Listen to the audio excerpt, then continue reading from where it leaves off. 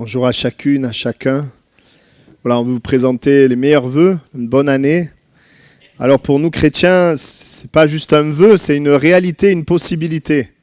Et comme on le disait à la soirée du réveillon, l'année, il y a une partie de l'année qui sera bonne en fonction de nos choix. Voilà, il n'y a pas que nos choix, parce qu'il y a aussi des éléments que nous ne maîtrisons pas, mais il y a aussi les choix et nous voulons faire les meilleurs choix possibles. Amen. Voilà, j'aimerais lire juste deux témoignages. Alors, j'ai proposé de partager, mais préféré que je le partage. Voilà, et on veut remercier le Seigneur. Voilà, bonjour, merci. Alors, c'est Aurélie et Nicolas Audu, pour qui on a prié. Bonjour, merci, bonne année à vous. Aurélie avait depuis plusieurs mois des douleurs au ventre. Après plusieurs examens, ils ont trouvé un ulcère à l'estomac et des polypes et calculs dans la vésicule biliaire qui étaient très enflammés. Avec un régime spécial, ils ont essayé de calmer l'inflammation pour la retirer. Malheureusement, le jour de l'opération, à Castres, c'était toujours enflammé et en pré-tumeur. Celle-ci a explosé pendant l'intervention, ce qui a perforé la voie biliaire, le conduit qui va au pancréas. Ils lui ont mis une mèche pour récupérer la bile et ils l'ont transféré en urgence à Albi. Ils lui ont mis une prothèse en plastique pour réparer le conduit temporairement. Albi l'a renvoyé à Castres pour retirer la mèche. De là, elle avait beaucoup de douleurs. Le docteur lui dit qu'à Albi, l'ulcère qui était très actif, à cause de l'ulcère qui était très actif, il faut une prise de sang. Et puis, elle est rentrée à la maison. Ensuite, il m'a écrit « Les douleurs sont si intenses, impossible de manger ».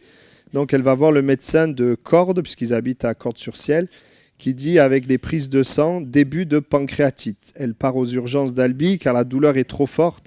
Et effectivement, il voit une pancréatite aiguë. Ils la mettent sous morphine pendant 5 jours et d'autres antidouleurs. Il pense aussi que la prothèse lui fait mal, donc il décide de repasser au bloc pour voir ce qu'il se passe. Et si la voie biliaire est réparée, il retire la prothèse. Donc le résultat est miraculeux. Il n'y a plus rien, plus d'ulcère, plus de pancréatite. Conduit réparé, ils lui ont retiré la prothèse et plus de douleur et elle peut remanger. Elle est en forme, tout le monde est surpris de la voir debout après tout ce qu'elle vient de subir, 3 opérations en 3 semaines, perte de poids énorme. Même nos familles non-croyantes ont prié pour elle et ont remercié Dieu en disant que c'était un miracle car ça s'empirait tous les jours et Aurélie était mal en point. Voilà, le miracle, c'était surtout qu'ils n'ont pas retrouvé en fait la pancréatite et l'ulcère. Voilà, merci Seigneur pour cela, malgré toute cette... Ouais, on peut applaudir le Seigneur. Le Seigneur est bon. Voilà, malgré, c'est vrai, toute cette souffrance, l'aggravation aussi de l'opération, et vraiment, on veut rendre gloire à Dieu. Elle a été aussi courageuse, qu'on l'a eu au téléphone, et elle était dans la foi, malgré toutes ces épreuves. Et ils me disent bien tous les deux, remercier toute l'Église pour leur soutien dans la prière. Ah, ils sont là, ils sont là. Ah, ils sont là, vous pouvez vous lever. Ils sont là. Je n'avais pas vu qu'ils étaient là. Merci Frédéric. Voilà, on est tellement heureux et bénis de vous voir, de voir Aurélie. Ouais, que le Seigneur continue de vous encourager. Et on veut rendre gloire à Dieu pour cela. Amen. Témoignage aussi de Monique, je ne sais pas si elle est là. Oui, elle est là, Monique. Voilà. Cela fait des années que tous mes revenus avaient été suspendus au point où je n'arrivais même plus à payer la dîme. À la fin des vacances d'été 2024, nous avons reçu la visite d'un couple d'amis évangélistes de Paris. Et il est venu à l'esprit du mari de nous dire de nous remettre à payer la dîme même si c'est difficile.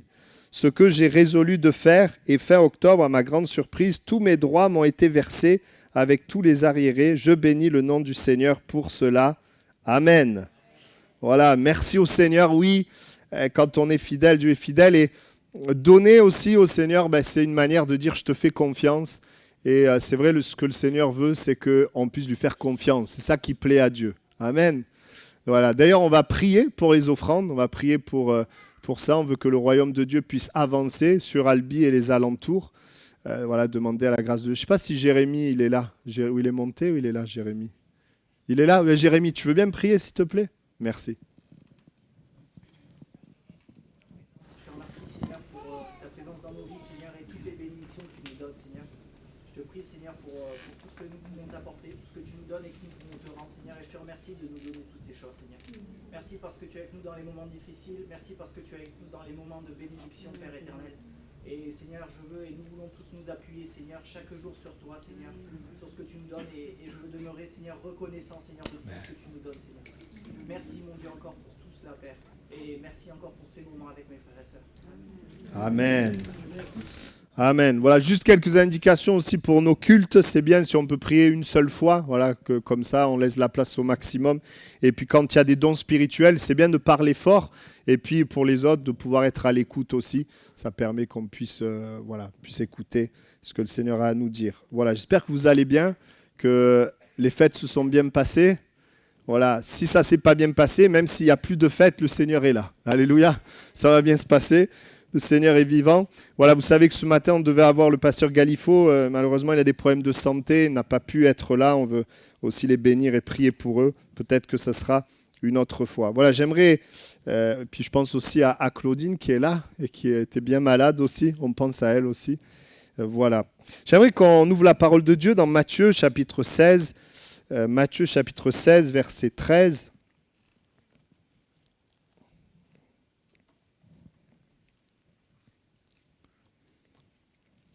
Et nous allons lire à partir du verset 13 jusqu'au verset 25. Jésus, étant arrivé dans le territoire de Césarée de Philippe, demanda à ses disciples « Qui dit-on que je suis, moi, le Fils de l'homme ?» Ils répondirent « Les uns disent que tu es Jean-Baptiste, les autres Élie, les autres Jérémie ou l'un des prophètes. Et vous, leur dit-il, qui dites-vous que je suis ?» Simon-Pierre répondit « Tu es le Christ, le Fils du Dieu vivant. » Jésus, reprenant la parole, lui dit « Tu es heureux, Simon, fils de Jonas, car ce ne sont pas la chair et le sang qui t'ont révélé cela, mais c'est mon Père qui est dans les cieux. Et moi je te dis que tu es Pierre, et que sur cette pierre je bâtirai mon église, et que les portes du séjour des morts ne prévaudront point contre elle. Je te donnerai les clés du royaume des cieux. Ce que tu lieras sur la terre sera lié dans les cieux, et ce que tu délieras sur la terre sera délié dans les cieux. » Alors il recommanda aux disciples de ne dire à personne qu'il était le Christ. Dès lors, Jésus commença à faire connaître à ses disciples qu'il fallait qu'il allât à Jérusalem, qu'il souffrit beaucoup de la part des anciens, des principaux sacrificateurs et des scribes, qu'il fut mis à mort et qu'il ressuscita le 3e jour. Pierre, l'ayant pris à part, se mit à le reprendre et dit « À Dieu ne plaise, Seigneur, cela ne t'arrivera pas. » Mais Jésus, se retournant, dit à Pierre « Arrière de moi, Satan, tu mets en scandale, car tes pensées ne sont pas les pensées de Dieu, mais celles des hommes. » Alors Jésus dit à ses disciples « Si quelqu'un veut venir après moi, qu'il renonce à lui-même, qu'il se charge de sa croix et qu'il me suive, car celui qui voudra sauver sa vie la perdra, mais celui qui la perdra à cause de moi la trouvera.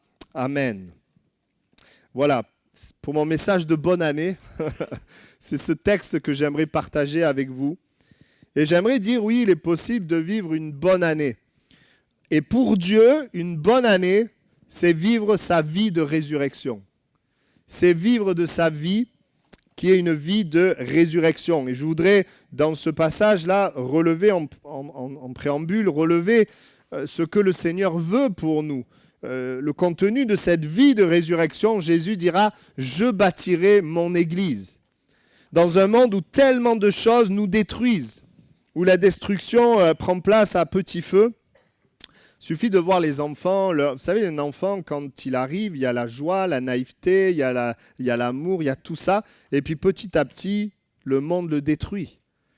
Et il suffit de voir après les personnes âgées, beaucoup de personnes âgées, pas toutes, mais beaucoup peuvent être aigries, blessées. Et c'est vrai qu'on est dans un monde où, et la Bible dit, le diable, l'adversaire de notre âme, il vole, il égorge et il détruit. Mais la Bible dit que Jésus, lui, il bâtit. Jésus, il construit. Jésus, il édifie. Moi, je suis heureux d'avoir Jésus parce que je sais que dans ce monde, le diable détruit, mais je sais que j'ai Jésus qui bâtit. Et Jésus désire bâtir l'Église. Alors, l'Église, ce n'est pas le bâtiment, mais c'est nos vies. C'est nos vies, parce que dans le grec, c'était l'Ecclésia, le rassemblement des croyants. Et l'Église, ce n'est pas nous seulement, mais c'est moi en lien avec les autres. Et pour un juif du 1er siècle, l'Assemblée de Dieu signifie le peuple appelé par Dieu pour vivre l'alliance. Et Jésus dira, je bâtirai mon Église, c'est-à-dire qu'il va travailler pour un but. Quand on bâtit, quand quelqu'un bâtit quelque chose, c'est pour un but. On bâtit une maison pour habiter, on bâtit, quelque chose, c'est toujours pour un but, pour un résultat. Je voudrais rappeler que cette année encore, Dieu veut bâtir ta vie. Dieu veut construire des choses dans ta vie, édifier des choses avec ta vie. Dieu a des plans. Amen. Et la Bible dit, c'est lui qui dit « Je bâtirai mon église ». Ce n'est pas nous. Souvent on dit « Qu'est-ce qu'on va faire cette année pour Christ ?» Mais la vraie question, c'est qu'est-ce que Christ va bâtir et est-ce que je vais le laisser faire? Il bâtit. Et ensuite, l'Écriture dit, et cette vie de résurrection, c'est Christ qui bâtit l'Église, mais aussi les portes du séjour des morts ne prévaudront point contre elle. Pour un juif, cela signifie la mort et le chaos n'auront pas le dernier mot sur le peuple de Dieu. Amen. On croit que, oui, la mort, le séjour des morts qui est notre ennemi, eh bien Jésus dit la mort ne pourra pas retenir ou encore détruire ce que moi je bâtis. Amen. Si la mort ne gagne pas, c'est parce que la vie de Dieu est plus forte. La vie de Christ, et quelle grâce pour nous d'être sauvés, de savoir que quand notre corps repartira dans la terre, nous serons dans l'éternité avec lui. Notre corps nous aurons un nouveau corps. Et j'aimerais rappeler que la vie de résurrection, c'est la vie qui triomphe de la mort. Amen. Puis il dit à Pierre, je te donnerai les clés du royaume des cieux. Ce que tu liras sur la terre sera lié dans les cieux, et ce que tu délieras sur la terre sera délié dans les cieux. C'est-à-dire, ce n'est pas seulement une victoire sur la mort que le Seigneur a pour nous, mais c'est le règne de Dieu sur la terre. Je pourrais le dire de cette manière, je te confie l'autorité pour appliquer la volonté de Dieu sur la terre et Dieu reconnaîtra ses décisions dans le ciel. C'est ça un peu que ça veut dire. C'est une délégation d'autorité, mais toujours par Christ. Le règne, c'est sa vie. Et c'est plus que vaincre la mort, mais c'est aussi vaincre la dépression, les démons, le péché, les blessures, les maladies, et tout ce avec quoi ce que nous avons devant nous, finalement. Cette année 2026, il y aura aussi des combats, des difficultés. Mais la Bible présente, c'est vrai, ces choses comme des ennemis. Mais une bonne année, je voudrais rappeler, c'est une année où on voit Jésus bâtir nos vies ensemble, l'œuvre de l'ennemi reculer et la vie du royaume se répandre. C'est le résumé de ce que nous venons de voir. Et c'est ce que le Seigneur veut. Maintenant, j'aimerais voir ensemble comment le vivre.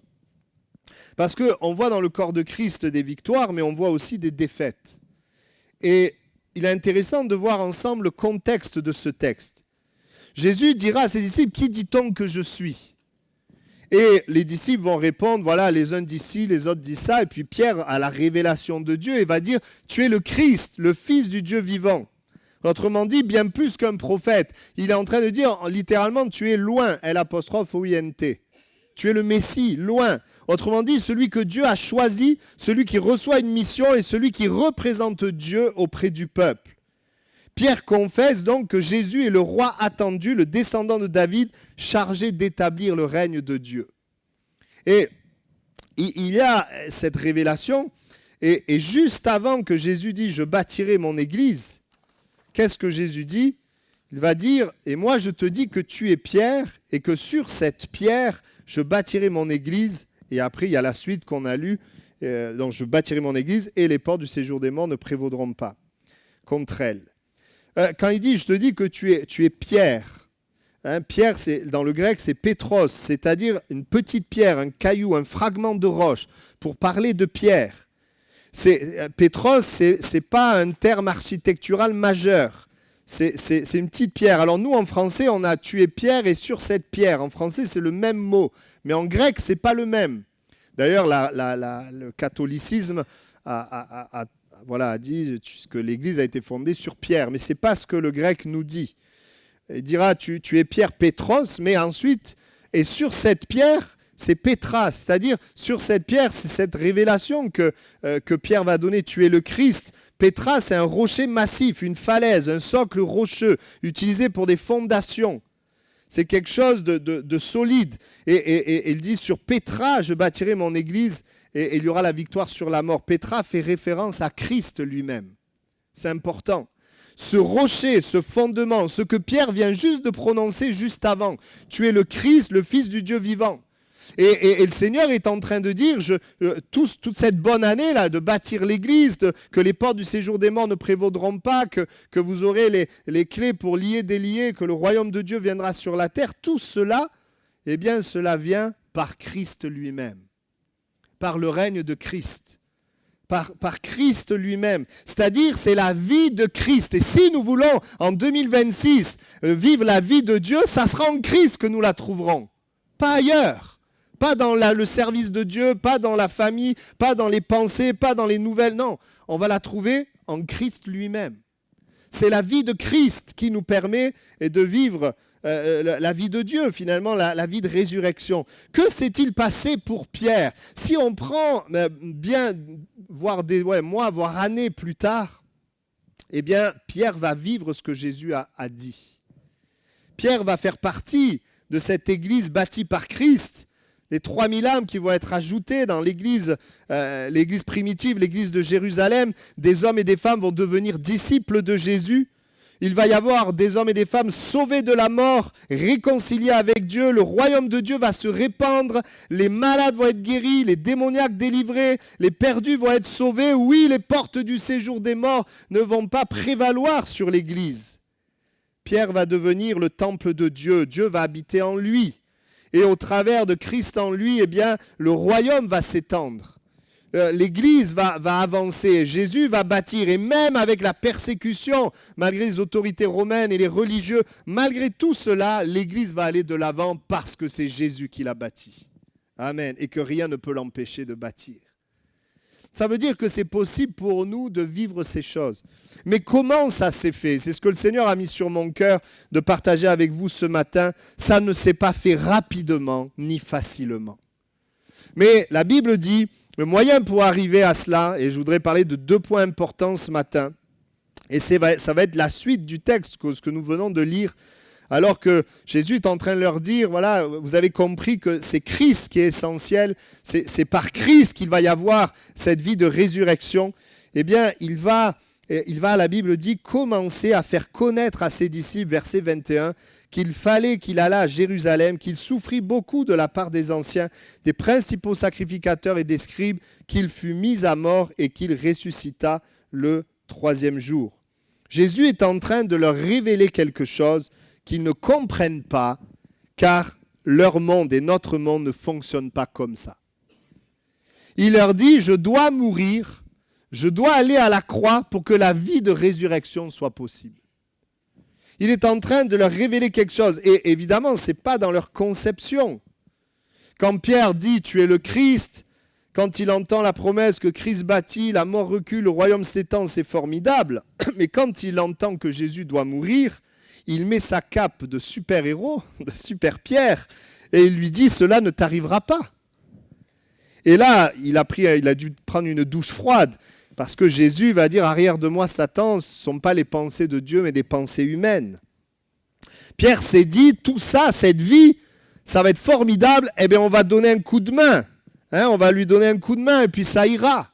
Mais vous savez, Dieu n'a pas besoin de coup de main. Jésus n'a pas besoin de coup de main. Non, Jésus va lui dire, en gros, il va essayer de leur faire comprendre, même s'ils vont avoir du mal à le comprendre, il faut la mort pour qu'il y ait la vie. Et si tu veux cette année vivre la vie de résurrection, tu dois comprendre que c'est par la mort de Jésus que c'est possible.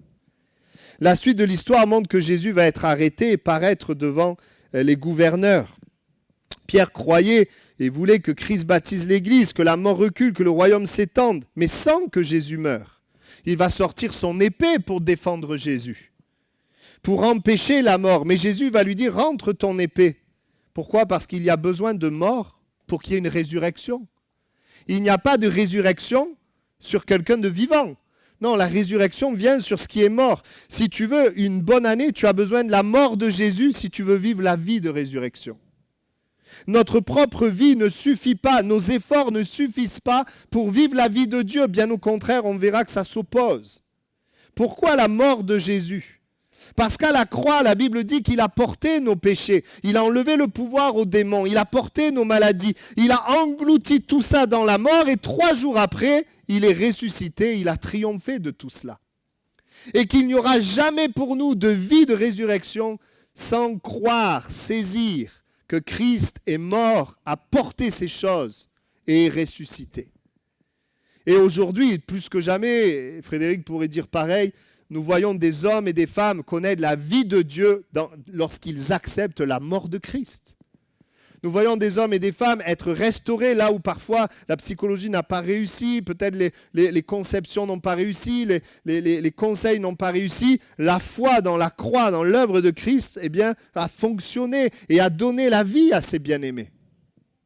Il n'y a pas de vie de résurrection sans mort. La mort de Jésus était importante. Pas de victoire sur la dépression que tu traverses, sur la maladie qui t'use, le péché avec lequel tu te débats, les démons qui te lient, sans la mort, sans la croix. C'est pour ça que la Bible dit que la croix, c'est une puissance, parce que c'est ce qui précède la résurrection. La mort de Jésus est la solution, et bien souvent, on l'entend souvent, mais si on ne le croit pas, on ne le voit pas. Il a porté ces choses, et c'est notre foi dans cette œuvre qui nous donne cette puissance. Est-ce que je le crois pour moi? Est-ce que je le crois dans mon cœur véritablement? Est-ce que je m'y confie? Et est-ce que je continue de le croire? Pierre ne pouvait pas et ne devait pas empêcher la mort de Jésus, parce que c'était par ce moyen que la vie de résurrection allait venir. C'était le seul moyen pour vivre la vie de résurrection, parce qu'à cause de notre péché, nous n'avions pas accès à la vie de Dieu. Il fallait que Christ meure, non seulement pour la justice, pour que nous soyons justifiés, mais aussi pour la vie, pour que nous puissions vivre de sa vie. Ça, c'est un premier point. Et si quelqu'un est là et tu as vécu sans Dieu pendant des années et tu vois bien que tout est compliqué, j'aimerais t'inviter à considérer que Jésus a porté tout ce qui te fait souffrir pour que tu vives la vie de résurrection.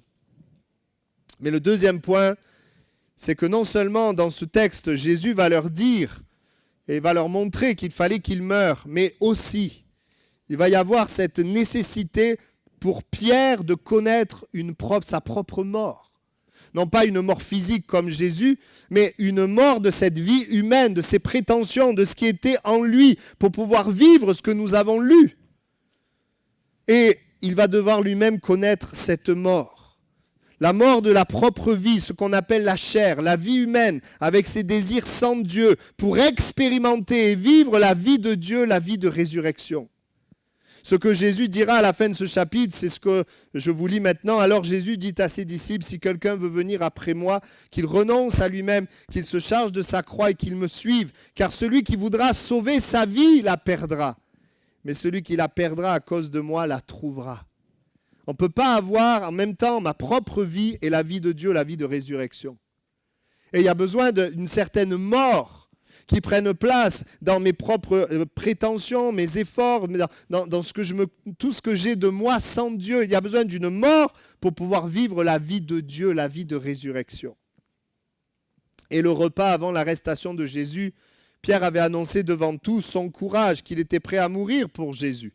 En fait, il est en train de vouloir suivre Jésus avec sa propre vie, sa propre force, ses propres prétentions. Et quand Jésus va être arrêté, oui, il va suivre Jésus de loin. Mais il va tomber de haut puisqu'il va nier connaître Jésus à 3 reprises. Il va croiser le regard de Jésus. Et il ne le savait pas, mais il va se rendre compte qu'il ne pouvait pas vivre la vie de Dieu avec sa propre vie. Sans Dieu. Avec ses propres prétentions, sa force humaine, ses conceptions. Elle ne pouvait pas l'amener vers la vie de Christ. Voilà pourquoi il pleure amèrement. Il va pleurer amèrement, mais cette tristesse va ouvrir ses yeux sur son incapacité, son besoin de Dieu. Et finalement, la mort dont il avait tant besoin est en train de prendre place. Et il ne sait peut-être pas, mais cette mort, c'est ce qui va lui permettre de vivre la vie de résurrection. Tant que nous vivons de notre propre vie, tant que nous suivons Dieu, nous faisons pour Dieu, en comptant sur nous, il y a quelque chose qui reste bloqué. Mais le jour où nous comprenons que nous ne pouvons plus, nous ne pouvons pas, nous avons besoin de lui, alors la vie de résurrection peut prendre place. Sans qu'il ne s'en rende compte, ce brisement, cette mort, le prépare à la vie de résurrection dont Jésus lui avait parlé, puisque après cet événement, oui, là, il a le temps de rester 10 jours à prier Dieu. Parce que quand tu as échoué, tu n'as pas d'autre choix que rencontrer Dieu. Quand tu n'as pas échoué, tu n'as pas le temps de rencontrer Dieu. Tu as encore ta vie qui est là et tu peux faire plein de choses pour Dieu. Mais quand tu as échoué, quand tu sais que ça ne marche pas, quand tu sais que c'est compliqué, tu n'as pas d'autre choix que de dépendre de Dieu. Et c'est là que tu vis la vie de résurrection. La fin de l'homme, FIN, c'est le début de Dieu. Je le dis souvent. Et la Bible nous présente, les épîtres nous présentent ces réalités qui sont si importantes. La Bible nous dit qu'à la croix, notre vieil homme est mort pour que nous puissions vivre une vie de résurrection. Romains 6, versets 5 à 7. En effet, si nous sommes devenus une même plante avec lui par la conformité à sa mort, nous le serons aussi par la conformité à sa résurrection. Sachant que notre vieil homme a été crucifié avec lui, afin que le corps du péché fût détruit. Et la solution, en fait, c'est de croire que tu es déjà mort. Pour que nous ne soyons plus esclaves du péché, car celui qui est mort est libre du péché. Nous sommes souvent comme Pierre, on veut la vie de Dieu, mais on ne se rend pas compte qu'on vit avec notre propre vie, notre chair, nos propres pensées, conceptions sans Dieu. Et nous n'arrivons pas à croire que nous sommes vraiment morts avec lui à la croix parce qu'on n'en a pas besoin souvent. La chair vit toujours et masque ce besoin jusqu'à ce qu'on se rende compte que la chair ne produit rien, qu'il n'y a pas la vie de Dieu, ça ne fonctionne pas. On se rend compte du fruit de la chair et ce fruit de la chair nous ramène finalement à ce besoin et à cette réalité. En fait, j'ai besoin de croire que je suis mort, que l'ancien moi est mort. Dieu n'a pas d'autre choix que de laisser ce processus de mort prendre place pour pouvoir ensuite nous permettre de vivre sa vie de résurrection. Car la vie de la chair et la vie de Dieu sont opposées entre eux. La chair a des désirs contraires à ceux de l'esprit et l'esprit en a de contraires à ceux de la chair. Ils sont opposés entre eux. En pratique, qu'est-ce que ça veut dire ? Nous aurons cette année, vous savez, des combats, des difficultés. Et j'aimerais dire oui, quand nous croyons vraiment que nous sommes morts, eh bien, nous ne vivons pas la vie de la même manière. Mais parce qu'on est tous des êtres de chair et on a tous besoin de l'œuvre de Dieu, eh bien, Dieu parfois utilise les circonstances, les situations de nos vies pour nous amener dans cette mort, parce qu'il veut nous amener dans sa vie. Mais nous, souvent, quand les choses ne vont pas, on se dit, le diable vient avec des pensées, Dieu t'a abandonné, Dieu t'aime plus, ça ne marche pas, tu es un mauvais chrétien, tu fais pas assez ci, tu fais trop ça, etc. Alors qu'en réalité, non, tout simplement, il y a une mort qui doit prendre place pour que la vie de Dieu prenne place également. Tout simplement. Et les difficultés que nous allons rencontrer cette année peuvent être un tremplin pour la vie de Dieu. Vous savez, dans les souffrances, les difficultés, on en a de différents types. Il y a le diable qui cause des problèmes. Le diable, il veut détruire. Il y a notre péché ou la chair, le mauvais choix, qui amène cette mort au travers de l'œuvre du diable, de la chair. Il y a cette mort. Mais il y a aussi, vous savez, la Bible dit que Dieu, il nous conduit au désert. Dieu peut nous conduire dans des déserts, un endroit où il n'y a pas d'autre appui. Dieu n'est pas celui qui fait le mal, il ne donne pas le mal, Dieu est bon. D'accord ? Mais il peut nous conduire au désert. Et que ce soit les déserts conduits par Dieu, que ce soit l'œuvre de l'ennemi ou que ce soit ton péché, je voudrais te dire ceci, si tu comprends que tu es mort et que tu as besoin de Jésus, c'est le début pour toi d'une nouvelle vie, la vie de résurrection. C'est possible pour toi, c'est possible pour moi. Les choses que nous allons vivre vont contribuer à la mort pour ramener la réalité de la mort de ma chair, de ma vie, pour vivre la vie de résurrection. Romains 8, 28 dit « Toutes choses concourent au bien de ceux qui aiment Dieu et qui sont appelés selon son dessein ». Vous savez, pour les incroyants, les problèmes qui arrivent, ça n'a pas de sens et c'est que des choses négatives et c'est une mauvaise année. Mais pour nous, les croyants, qui avons placé notre foi en Jésus, même s'il y a des choses difficiles, bien ces choses difficiles participent à la mort de la chair, et la mort de la chair participe à la vie de l'esprit et la vie de résurrection. Si nous acceptons que finalement, oui, si quelqu'un veut me suivre, qu'il prenne sa croix, qu'il renonce à lui-même. Si je veux gagner ma vie de la chair, alors je perdrai la vie de Dieu. Mais si je perds ma vie de la chair, eh bien je gagnerai la vie de Dieu. Et je voudrais vous dire, parce que c'est beau de dire que Dieu veut nous donner la victoire, que Dieu veut faire de nous des vainqueurs, qu'on veut avoir le royaume s'étendre, mais on ne pourra jamais le vivre avec notre propre vie sans Dieu. Et c'est pour ça qu'on a tous des problèmes, même les pasteurs, parce que nous, on est en chemin aussi. On a besoin de dire, Seigneur, dans cette épreuve, eh bien, Seigneur, je te fais confiance. Je lâche tout, je dépends de toi. Et je crois que non, tu ne m'as pas abandonné, mais tu œuvres en moi. Cette mort prend place afin que la vie de résurrection, la vie de Dieu, eh bien, puisse se manifester. Et c'est tellement beau quand des hommes et des femmes, ils louent le Seigneur, ils glorifient le Seigneur par la foi, malgré ce qu'ils sont en train de vivre. Alors, je ne voudrais pas juste vous dire bonne année, mais je voudrais qu'on en prenne le chemin ensemble. Aucune des belles choses que Dieu a pour toi ne vient par la vie humaine, par tes forces, par tes rêves, par ta volonté, ton aspiration, ta justice. Mais elle vient au contraire par la mort de ces choses. Ta force est l'obstacle à sa force. Tes rêves prennent la place de ses rêves. Ta justice empêche sa justice. Mais si tu meurs à toutes ces choses, alors tu connaîtras sa justice, sa force, sa puissance, sa grâce. Regardez Paul, l'exemple de Paul, où avant de rencontrer Christ, un homme irréprochable à l'égard de la justice de la loi, pharisien, persécuteur, avec une notoriété, appuyé par le système religieux de l'époque qui lui donne des lettres pour aller arrêter les chrétiens. Un homme qui a une certaine stature, un pharisien. Et puis cet homme va vivre la vie de résurrection. Il va devenir un homme rempli d'amour. Il va devenir un apôtre, il va fonder des églises, Dieu va fonder des églises au travers de lui, il va former des disciples, il va être utile pour que Christ bâtisse l'église. Il va servir à bâtir différentes églises dont on a les épîtres. Une vie qui va servir à répandre le royaume, des enseignements avec la révélation de Dieu, la vie de Dieu, avec des guérisons, des délivrances. Mais vous savez quoi, entre ce qu'il était avant et ça, vous savez ce qu'il y a eu ? Il y a eu la mort. Il y a eu la mort. Il est passé par la mort. Mort de sa propre justice. Mort même dans son identité. Le persécuteur devient le persécuté. L'homme violent devient maintenant, subit la violence des autres. Sa popularité, il a dû mourir à tout. La popularité, sa propre volonté. Il a compris qu'il se trompait, ses buts, même sa force. Il dira, j'étais au milieu de vous dans un état de faiblesse et de grand tremblement. Et il dira, et je voudrais le lire, si Paul a vécu la vie de Dieu, la vie de résurrection, c'est pas par sa vie, c'est pas par le fait qu'il était pharisien, qu'il était intelligent, qu'il avait certains appuis. Rien de tout ça ne l'a aidé pour vivre la vie de Dieu. Ce qui l'a aidé, c'est de mourir à tout ça, pour laisser la vie de Christ paraître. Regardez, moi cependant, j'aurais sujet de mettre ma confiance en la chair. Si quelque autre croit pouvoir se confier en la chair, je le puis bien davantage. Moi, circoncis le 8e jour de la race d'Israël, de la tribu de Benjamin, hébreu, né d'hébreu, quant à la loi, pharisien, quant aux zèles persécuteurs de l'Église, irréprochable à l'égard de la justice de la loi. Regardez, mais ces choses qui étaient pour moi des gains, je les ai regardées comme une perte à cause de Christ.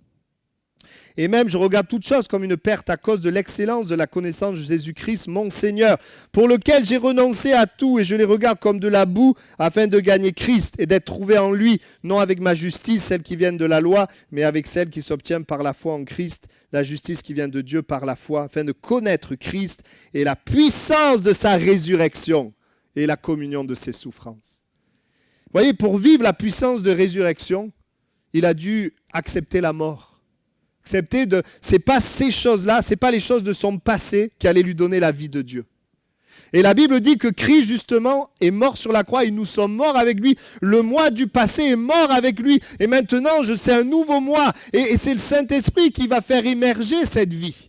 Mais j'ai besoin de m'identifier, j'ai besoin de croire. Je vois tellement de chrétiens qui essayent de mourir. Ils essayent de plus faire ci, plus faire ça, mais ils n'y arrivent pas. Parce que c'est par la chair que tu essayes.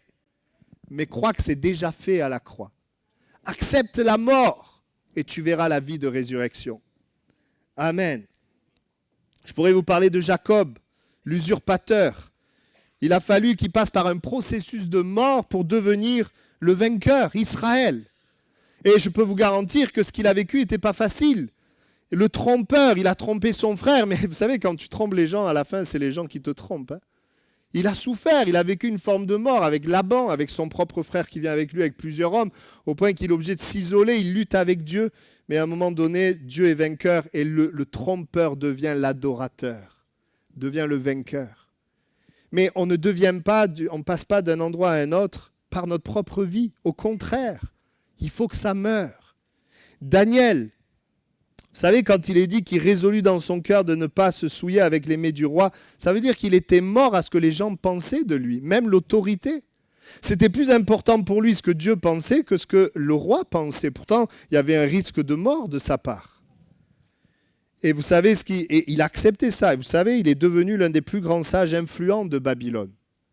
Et la Bible dit qu'il avait une sagesse supérieure aux autres. C'était quoi cette sagesse? C'était la vie de résurrection. C'était la vie de Dieu, c'était la sagesse de Dieu. Ruth également, quand elle est avec Orpa et qu'ils sont là, ils doivent faire un choix. Orpa décide de retourner dans son pays pour retrouver un mari, pour peut-être vivre à nouveau ses rêves. Mais Ruth, elle renonce à ses rêves.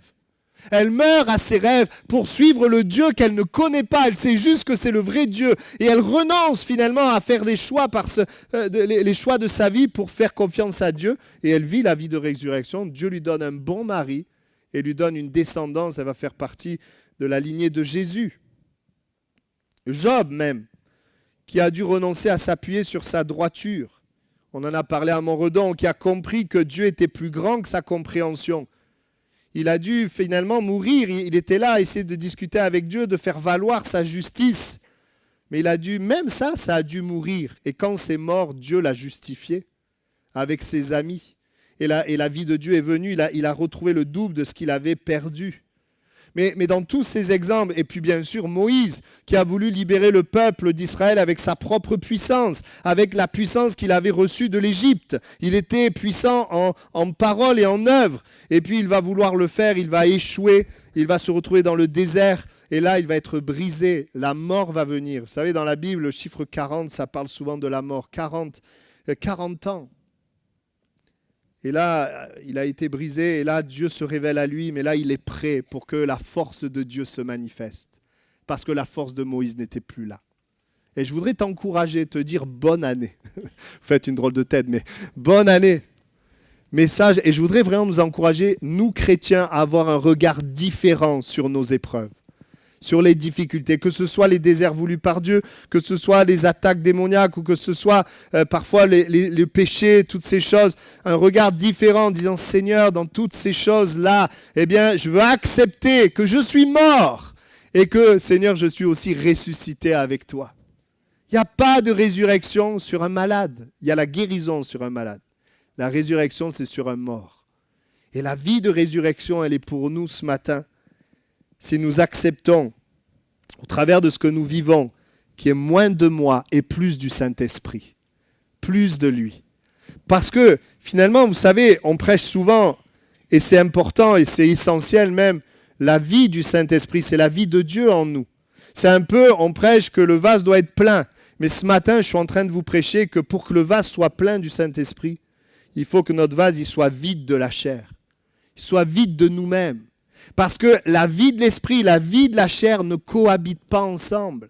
Et voilà le travail de Dieu sur la terre, c'est de nous apprendre à accepter que Christ est mort, que nous sommes morts avec lui, accepter cette mort et pour ne plus agir par la chair, mais en dépendant de Dieu et par l'esprit. Pourquoi, vous savez, nous prions en langue? Pourquoi nous allons à l'église? Pourquoi nous lisons la Bible? Parce que nous avons besoin de Dieu. Parce que la vie de la chair ne suffit pas pour faire l'œuvre de Dieu et voir la vie de résurrection. Nous avons besoin du Saint-Esprit.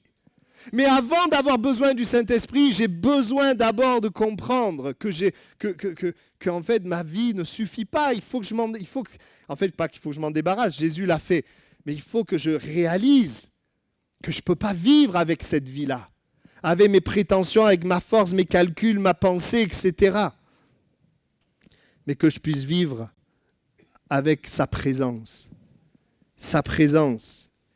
La vie de Dieu vient d'une acceptation de la mort et de cette foi en Christ où je m'identifie et je fais confiance. Et lorsque je fais confiance dans ce que le Seigneur dit, ça m'amène dans mon identité en lui, de ce que je suis en lui. La sagesse, je ne la cherche plus par la chair, par moi-même, dans mes efforts. Mais la sagesse, je l'ai déjà en Christ et je le proclame et je le crois. C'est là que le Saint-Esprit amène la sagesse.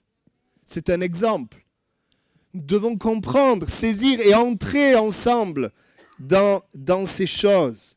La Bible dit, Colossiens 3:3, « Car vous êtes morts et votre vie est cachée avec Christ en Dieu. » Et après ça, il dit, « Faites mourir. » C'est parce que je crois que je suis mort qu'en effet, il y a des choses que je fais mourir. Paul dira, j'ai été crucifié avec Christ. C'est un fait. Et quand Paul parle, il ne parle pas physiquement puisqu'il est vivant. J'ai été crucifié avec Christ. Et si je vis, il parle en fait de la chair. Si je vis, ce n'est plus moi qui vis, C'est plus la chair, mais c'est Christ qui vit en moi. La chair, c'est une puissance de péché, c'est le moi sans Dieu, c'est tout ça. C'est plus moi qui vis, c'est Christ qui vit en moi. Si je vis maintenant dans la chair, alors cette fois la chair, là c'est le corps. Si je vis dans la chair, je vis dans la foi au Fils de Dieu qui m'a aimé, qui s'est livré lui-même pour moi. Amen. C'est fait. C'est fait. À la croix, l'ancien David est mort. Mais je peux toujours vivre avec l'ancien David. Et là, il n'y a pas la vie de résurrection. Et lorsque je crois que l'ancien David est mort, et que finalement, le nouveau David, moi, pendant des années, je me suis demandé, mais qui je suis ? Qui suis-je ? Comme Moïse. Et puis un jour, j'ai compris qu'en fait, je ne suis rien sans lui. Je suis en Christ. Voilà mon identité. Et c'est en lui que finalement, nous pouvons vivre toutes les richesses de son héritage. Sans lui, il n'y a rien. Il n'y a rien. Mais en Christ, il y a tout. Amen. À la croix, je suis mort, mais je suis aussi ressuscité. Et il y a ce verset merveilleux qui nous invite à considérer, si nous sommes une même plante avec lui dans la mort, nous serons aussi en conformité, nous vivrons aussi la résurrection. Alors, il dira, je vis dans la foi au Fils de Dieu, c'est-à-dire concrètement dans les choses de la vie, plutôt que de répondre aux situations par son intelligence, sa force, par ses pensées, il place sa foi en Dieu. Il place sa foi en Christ. Voilà pourquoi nous prenons du temps dans la présence de Dieu. Il croit ce qu'il est en Christ. Il aborde les choses en Christ et plus sans Christ. Pour cela que ce qui est essentiel, c'est ce que tu vas faire dans les moments où tu es attaqué par le diable, amorcé par tes propres convoitises, ou dans un chemin où tes appuis sont enlevés. Qu'est-ce que tu vas faire ? La solution n'est pas de te battre par toi-même, te confier dans la chair, mais de déposer les armes, accepter le verdict de Dieu, que quand Jésus est mort sur la croix, tu es mort avec lui, te confier dans ce que la Bible dit de toi, ce que tu es en lui, accepter que tu es ressuscité, venir dans sa présence, tu seras rempli de l'Esprit. Et l'Esprit de Dieu agira. Amen. Tu vis avec la vie de la chair ou la vie de l'Esprit ? Alors bien sûr, il y a un mélange des deux, souvent dans la réalité, mais on veut plus de l'Esprit. Amen. C'est quand on le croit que le Saint-Esprit agit en nous pour nous changer. Ce qu'on voit de la chair disparaît, et ce qu'on voit de Christ dans la parole apparaît. Bien sûr, on est sur cette terre, dans un corps de chair, on est sans arrêt, on est toujours dans ce corps de chair, donc il y a cette lutte, il y a ce combat. Et la Bible dit, si le grain de blé qui est tombé en terre ne meurt, il reste seul, mais s'il meurt, il porte beaucoup de fruits. Amen. Alors une bonne année, c'est une vie de résurrection, où Christ bâtit l'Église, ta vie avec les autres, où la mort perd son emprise, le royaume de Dieu, le ciel se manifeste sur la terre. Une bonne année, c'est aussi que Jésus aussi agit au travers de nous pour que le royaume de Dieu se répande. Et Jésus nous révèle que c'est par lui que nous pouvons vivre ces choses, c'est par Christ. Et Jésus montre qu'il faut qu'il meure pour offrir à l'humanité la vie de résurrection. Et ensuite, il nous montre aussi, alors il faut qu'il meure à cause de notre péché qui nous empêche d'accéder. Et le sacrifice de Jésus nous offre cette vie. Mais il faut aussi que nous acceptions la mort pour vivre la vie de résurrection. Je ne parle pas bien sûr de la mort physique, et la mort de cette vie sans Dieu, cette vie de la chair. À cause de la chair, on a du mal à l'accepter. Au travers de choses difficiles, nous pouvons l'expérimenter. Et je prie que nous ayons un regard différent sur les épreuves. Souvent, je pense que vous êtes comme moi quand j'ai un problème, la première chose que je veux, c'est que le problème, il disparaisse. Amen. Faites pas les hypocrites, vous pouvez dire amen. On veut que les choses disparaissent, mais vous savez, quand il y a des problèmes, en fait, la vérité, c'est que Dieu veut que dans ton cœur, il y ait des choses qui disparaissent. C'est ça la vérité. Est-ce que nous l'acceptons ? Alors nous, les pasteurs, on n'a pas trop le choix parce que sinon, on sombre. Il faut qu'on accepte. On accepte. Et concrètement, je place ma foi. Et quand, oui, il y a la mort de cette vie de la chair, la vie de l'esprit prend plus de place. Et Pierre a pu continuer de croire après son échec, mais il n'était plus le même.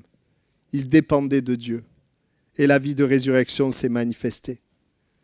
Croire dans ce que nous sommes en Christ quand notre chair est malmenée, quand la situation est difficile. Et je voudrais être très pratique. C'est quoi croire ? Croire, c'est choisir la louange et l'adoration. choisir la proclamation, choisir le service de Dieu, choisir de nous approcher de lui. Croire, c'est nous regarder à sa fidélité. Croire, c'est nous exposer à sa présence. Croire, c'est garder du zèle pour l'Église, pour la maison de Dieu. Et comme on l'a vu mardi, eh bien, d'être enseigné régulièrement. Croire, c'est tout ça, c'est dire j'ai besoin de ta présence. La mort, le but de la mort, c'est juste de laisser de la place à Dieu. C'est juste de laisser de la place. Pourquoi il faut qu'on meure? Pour qu'il y ait de la place pour le Seigneur. Vous n'avez pas remarqué que, surtout pendant les fêtes, on n'a pas le temps de prier. On n'a pas forcément envie de prier. On n'a pas envie d'aller vers Dieu. Il y a notre vie qui est là, qui prend la place. Mais en fait, il y a une vie supérieure, la vie de résurrection. Et le Seigneur œuvre dans chacune de nos vies. Il œuvre pour nous amener à cette réalité que nous sommes morts avec lui et ressuscités avec lui. Et je prie que ça soit cette année que nous puissions vivre davantage, moi le premier, cette mort et cette résurrection. Le monde croit ce qu'il voit, mais nous croyons ce que Dieu dit. Le monde voit que le résultat de la chair et du diable, déception et limite humaine, mais nous voyons le résultat de la foi dans l'œuvre de Christ, une vie de résurrection par le Saint-Esprit. Amen. Voilà, ça paraît peut-être dur comme message, mais j'essaie de ne pas le faire durement, mais je me souhaite une bonne année avec un regard transformé sur nos épreuves. Disons, Seigneur, ça ne sera pas toi qui meurs dans l'épreuve, ça sera ma chair pour que la vie de Dieu puisse se manifester. On incline nos têtes quelques instants et on va prier. Et si ce matin, des personnes veulent se confier en Jésus, dans la mort de Jésus, cette mort pour vivre la puissance de Christ dans ta vie, parce que tu ne connais pas Dieu, tu ne connais pas Jésus et tu as des problèmes. Tu luttes peut-être dans la maladie, tu luttes peut-être dans des relations familiales, tu as peut-être toutes sortes de problèmes et tu as essayé de régler les choses par ta propre vie, tes propres forces, mais tu te rends bien compte que c'est insuffisant. Oui, à cause du péché, bien ce que nous faisons le mal que nous ne voulons pas et ne faisons pas le bien que nous voulons. Mais Jésus a donné sa vie. Il est mort pour que tu vives une vie de résurrection. Que non seulement tu sois sauvé et tu ailles au ciel, mais que sur la terre, tu vives la guérison, la restauration. L'onction était sur Jésus pour guérir, délivrer, sauver. Et si ce matin, il y a quelqu'un comme ça qui ne marche pas avec Dieu, qui ne connaît pas Dieu, mais qui reconnaît que sa vie n'est pas suffisante pour pouvoir vivre ce bonheur, cette vie puissante, cette vie profonde, et qui veut accepter eh bien, que Jésus est mort et ressuscité pour lui, je t'inviterai à lever la main là où tu es. Je voudrais prier pour toi. S'il y a quelqu'un, ouais, je te vois. Je vous vois. Merci Seigneur pour toutes ces mains levées. Je voudrais te prier avec l'Église ensemble pour toutes ces personnes, afin qu'elles ne rentrent pas dans ce mensonge qui a enfermé tant de gens, qu'on peut vivre la vie de Dieu avec notre propre vie. Je te prie pour qu'ils se confient ce matin pleinement dans l'œuvre de la croix, la mort et la résurrection de Christ, et qu'ils continuent de croire et d'être éclairés sur cette réalité, et que Seigneur, la vie de Christ se manifeste, parce que leur foi est placée au bon endroit. Seigneur, tu es mort non seulement pour nous sauver, mais tu es mort pour vaincre la maladie, pour nous libérer de toute influence démoniaque, pour pourvoir dans nos besoins, et nous déclarons cette victoire sur la vie de ces bien-aimés. Merci Seigneur. On reste encore dans la prière. Et je voudrais aussi faire un appel aux chrétiens qui veulent accepter qu'ils ont été crucifiés avec Christ. Nous, c'est ce qu'on appelle le deuxième aspect de la croix. Le premier aspect, c'est que Jésus est mort pour pardonner nos péchés. Et le deuxième aspect de la croix, c'est que nous sommes morts avec lui. Et quand on ne comprend pas ça, on vit une vie chrétienne compliquée et difficile. Est-ce que tu veux accepter que tu es mort? Et si il y a des choses, on ne peut pas l'accepter parce qu'on a besoin de l'expérience pour nous amener à la mort. Mais il y a des choses que nous pouvons accepter par la parole. Si le Seigneur nous le révèle, nous acceptons que nous sommes morts avec lui parce que, et nous allons vivre, pour vivre la vie de résurrection, nous sommes une même plante avec lui et il y a cette conformité dans sa mort. L'exemple de Paul, l'exemple de Jésus, l'exemple de tous ces hommes nous montre que pour vivre une vie de résurrection, il y a besoin de la mort. Et s'il y a des chrétiens, et j'avais cette pensée, une personne qui est là ce matin, et tu avais cette pensée cette semaine que Dieu t'a oublié, et elle était vraiment forte. Seigneur, tu as oublié, mais Dieu te parle ce matin. Il te montre qu'en fait, ce n'est pas que Dieu t'a oublié, il permet la mort parce qu'il veut que tu vives la vie, en fait. Il ne t'a pas oublié, c'est juste qu'il est en train de faire mourir ce qui est de l'homme, de l'être humain, de la chair, pour que la vie de Dieu se manifeste. Et l'endroit où souvent le Seigneur fait cela, c'est dans nos familles. C'est là où on n'a pas de masque. C'est là où on est ce qu'on est réellement. Et on n'est pas là pour se taper dessus. Ton ennemi, ce n'est pas ton mari ou ta femme ou tes enfants, mais ton ennemi, c'est la chair qui est en toi. Et qu'on puisse dire, mais Seigneur, j'accepte que je suis mort. Et parce que je l'accepte, je vais faire mourir. Et je vais surtout dépendre de Dieu pour être rempli de la vie de l'Esprit. Ouais, s'il y a des croyants aussi, je ne vais pas faire d'appel sur le devant, mais je veux faire un appel. S'il y a des croyants qui disent, Seigneur, je veux accepter la mort parce que je veux vivre la vie de résurrection en 2026. Je vous inviterai à vous lever à votre place simplement.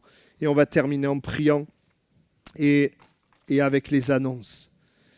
On se lève si on le désire, si on désire dire Seigneur, on veut accepter. On va accepter, on bénit le Seigneur pour tout ce qu'il fait. Mais il y a aussi des combats, il y a aussi des choses difficiles. Et dans ces choses-là, toute chose concourt au bien de ceux qui aiment Dieu. Dans ces choses-là négatives, Dieu en sort un positif. C'est qu'il fait mourir la chair. Il t'amène à réaliser que tu as vraiment besoin de Dieu. Que prier en langue, ce n'est pas une option, c'est nécessaire. Que d'aller à l'église, d'être enseigné, c'est nécessaire. Que de pouvoir être visité, avoir toujours dans mon cœur l'amour des âmes. Eh bien, j'ai besoin de Dieu pour ça, c'est nécessaire. Amen. Nous levons devant toi ensemble, Seigneur, et nous te prions. Seigneur, pour que cette année 2026 soit une bonne année. Nous croyons que quand tu es là, c'est une bonne année. Parce que quel que soit ce que nous vivons, tu poursuis un but. Merci pour la vie de résurrection.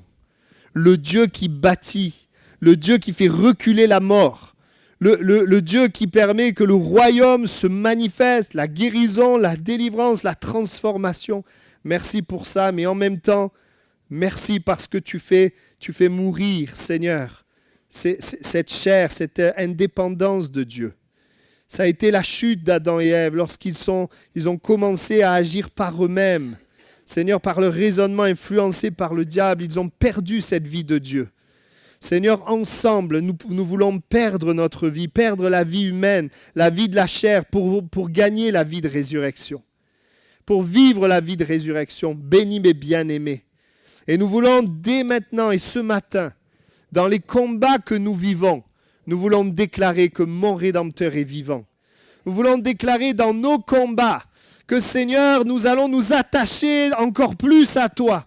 Nous allons regarder encore plus à toi. Nous allons être remplis du Saint-Esprit. Et nous allons laisser ce processus de mort faire ce travail pour que la chair perde son emprise et que l'esprit prenne plus de place. Le Seigneur va aussi parler à quelqu'un ce matin. Il te dit d'abandonner ta propre justice et alors tu connaîtras la justice de Dieu. Tant que tu veux faire justice, tu ne pourras pas avoir accès à la justice de Dieu. Mais si tu décides ce matin d'arrêter de chercher ta propre justice et que tu remets toutes choses à Dieu, alors tu connaîtras la justice de Dieu et la paix dans ton cœur. Merci Seigneur. Jesus, you deserve the praise.